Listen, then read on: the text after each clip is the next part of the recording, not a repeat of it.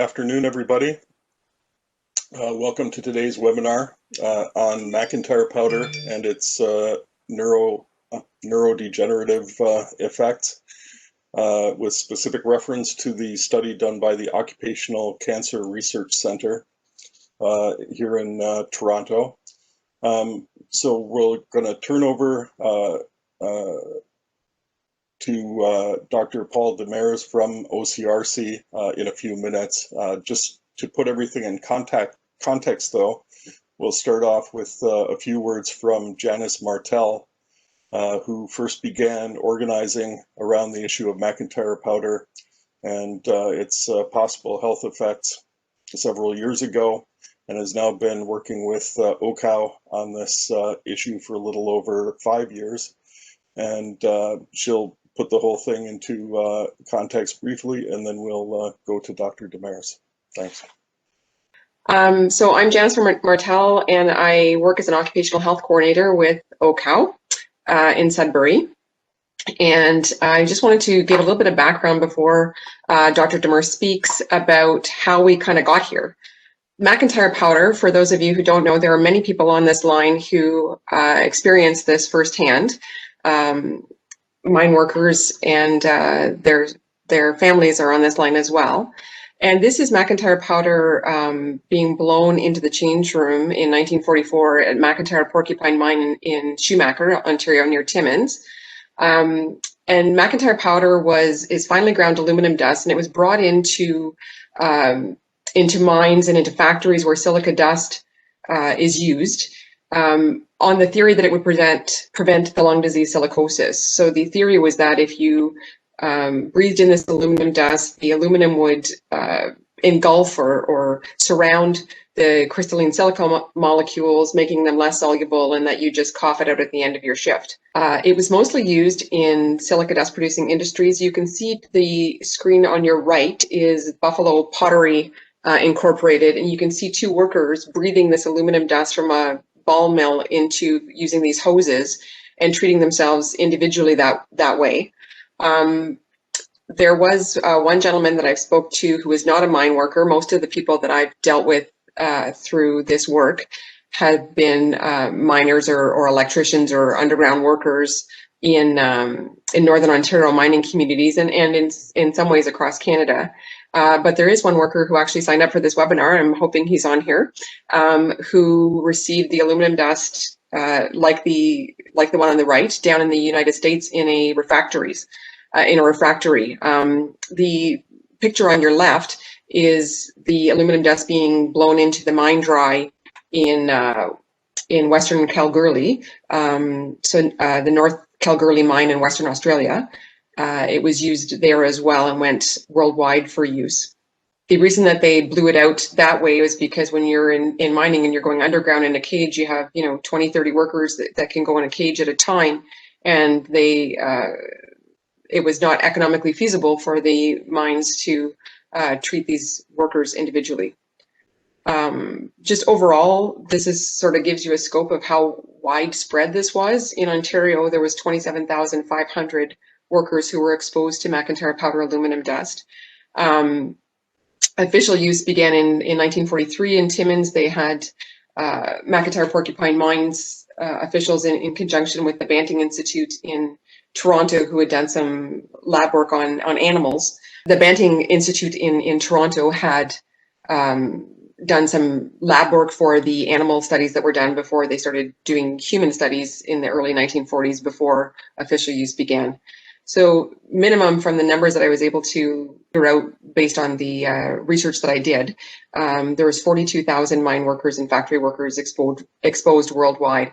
The numbers in the United States are really not known. There were 54 industrial licensees in 13 states, primarily non-mining. Mexico was more mine workers.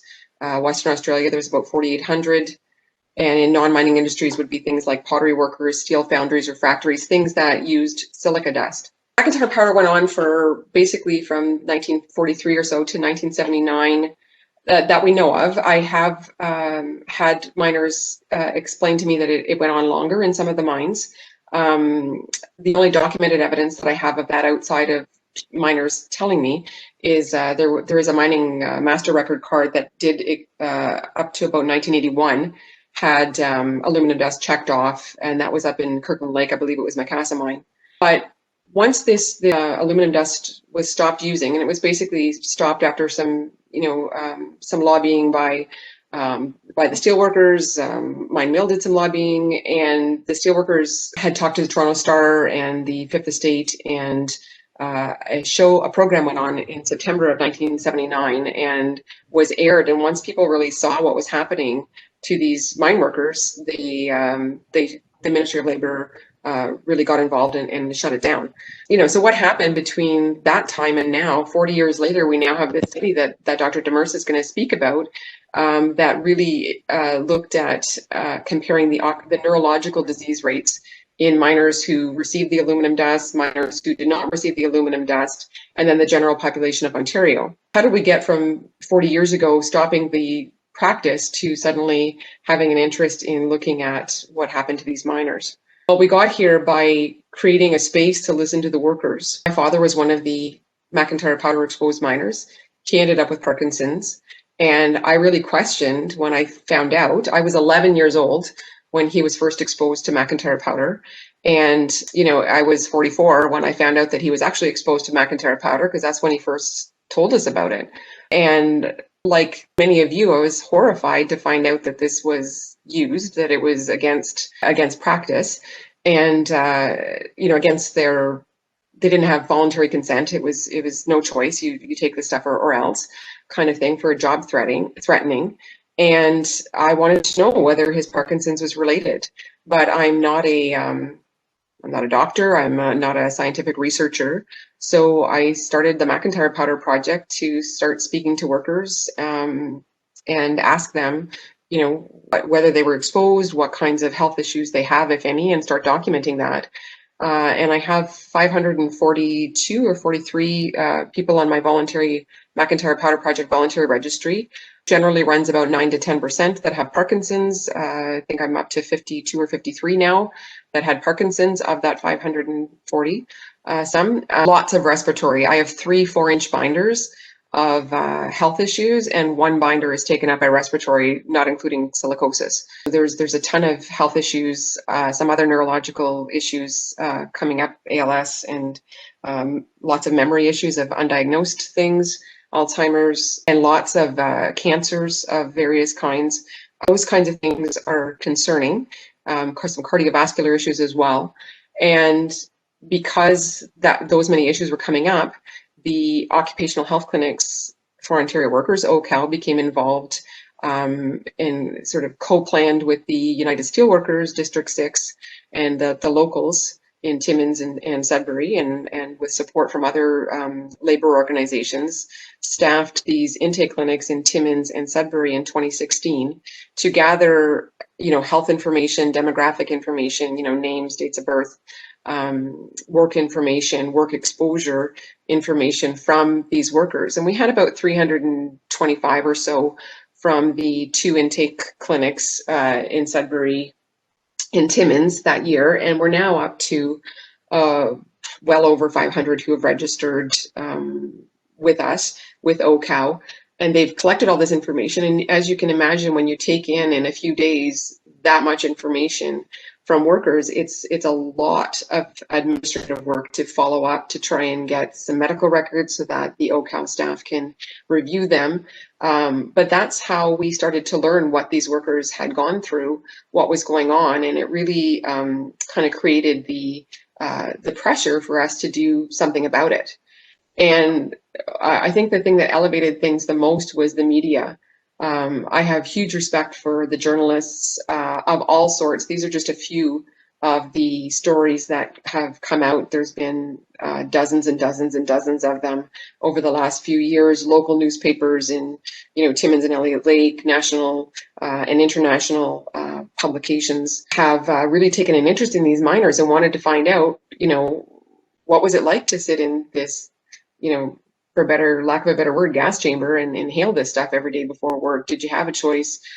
How are you feeling about that sort of thing? And this media interest really kind of pushed the the prevention system to really take a hard look and a better look at following up with these workers who were part of this, huge public health human experiment. And some of the prevention system players, the people who are involved in this, and some of their key roles with respect to McIntyre powder. The Ontario Ministry of Labour, as most of us know it, but it's now called the Ontario Ministry of Labour's Training and Skills Development. They provide funding supports for OCAU's work with the McIntyre powder exposed workers. OCAU has put in a multi-year funding request because it's to allow us to work with the McIntyre powder workers and the other occupational disease clusters, which there are several in Ontario, and hoping that by having a multi-year funding plan, we can hire some people, because it is we have a great team, but it's we're doing our best to kind of share our resources across the different occupational disease clusters and provide timely reports to everybody and timely investigation of these issues. So we're hoping that we get that response soon, and that we'll be able to sort of clear up that backlog and get things moving. So the Occupational Health Clinics for Ontario Workers, OCAU, they do a lot of different things, prevention work through intervention. And one of the main things that we do with occupational disease clusters is investigate the work-relatedness of workers' reported illnesses. And that can mean looking both at individual files and what individuals are experiencing, but also as a cluster looking at, what kinds of health issues are we seeing in these workers, investigating what does the clinical literature, what does the science tell us about workers who are exposed to these kinds of toxins in their workplace, silica dust, diesel exhaust. There's a lot of things that are used in mining in the refining process, arsenic and cyanide, things like that. What do these kinds of things, what kinds of things do they cause? And we have other people in the system that work, the Office of the Worker Advisor. Many of you are working with those representatives in Timmins and Sudbury and elsewhere.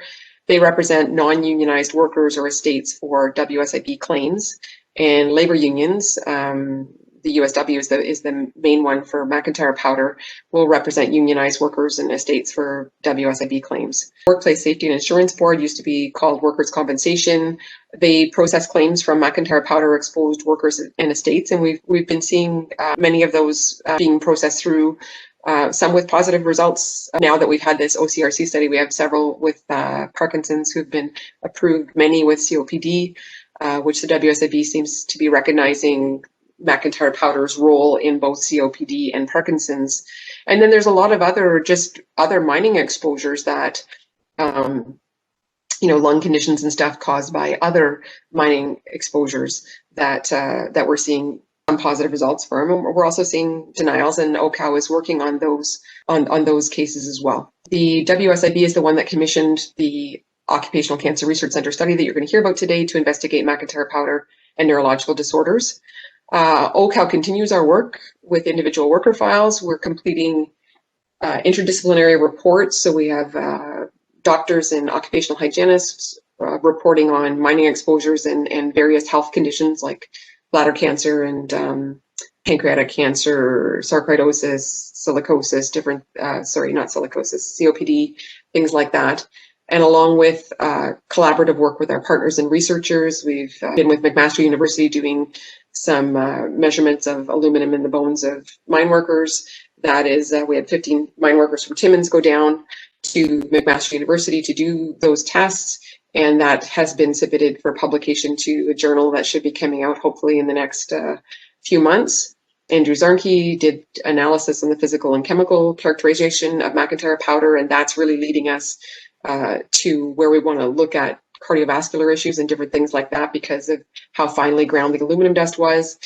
T. Gadati also did a review on aluminum dust and cognitive functioning, and his report is available on OCAU's website as well. Basically, for future work, we're really looking at listening to the workers again and where this is leading us, what their evidence is telling us.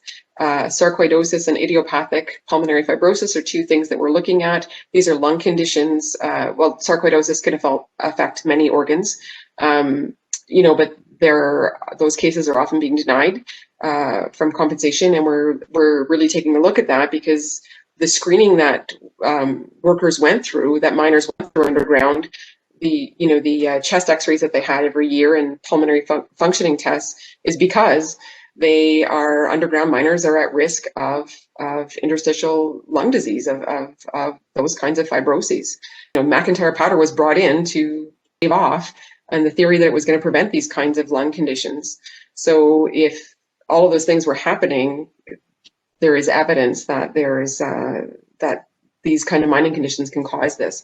So we're really working on those, looking at cardiovascular disease. We want to look at different cancers, and also looking at the OCRC findings on increased rates of Alzheimer's and motor neuron disease in non-McIntyre exposed mining, so just in mining in general. And we're hoping to push for that.